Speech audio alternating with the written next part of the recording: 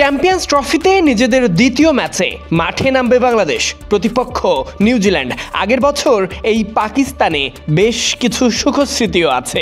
Kiwi বধে এতটুকুই কি বড় সম্বল? এই ম্যাচ ঘিরে ভাবনা মাহমুদুল্লাহর ফিরলে তার জন্য বরাদ্দ জায়গা। তবে মাহমুদুল্লাহ ফিট কিনা সেটা জানতে অপেক্ষা করতে হবে আরও কিছুটা সময়।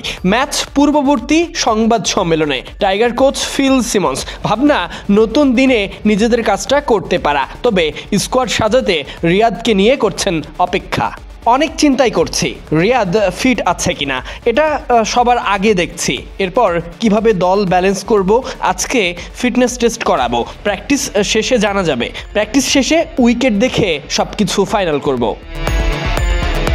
কিউইরা প্রথম ম্যাচ জিতে যেমন ভালো অবস্থানে রয়েছে, এদিকে টাইগাররা প্রথম ম্যাচে অপরাজিত রয়েছে।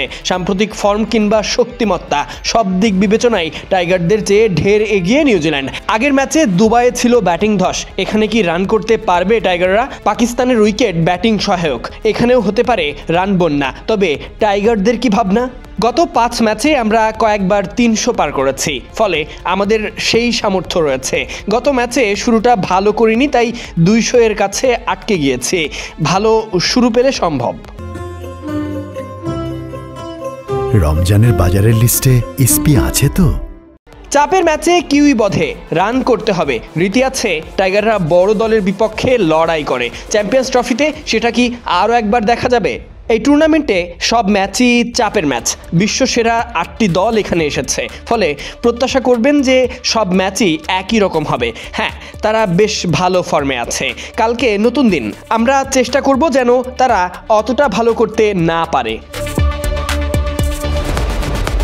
নিশ্চিতভাবেই টাইগারদের চেষ্টা থাকবে শুরু থেকেই ড্রাইভিং সিটে বসে ম্যাচের নিয়ন্ত্রণ নিতে। চ্যাম্পিয়ন্স ট্রফিতে আশা বাঁচিয়ে রাখতে জয় ছাড়া আপাতত দ্বিতীয় কোনো ভাবনা থাকছে না।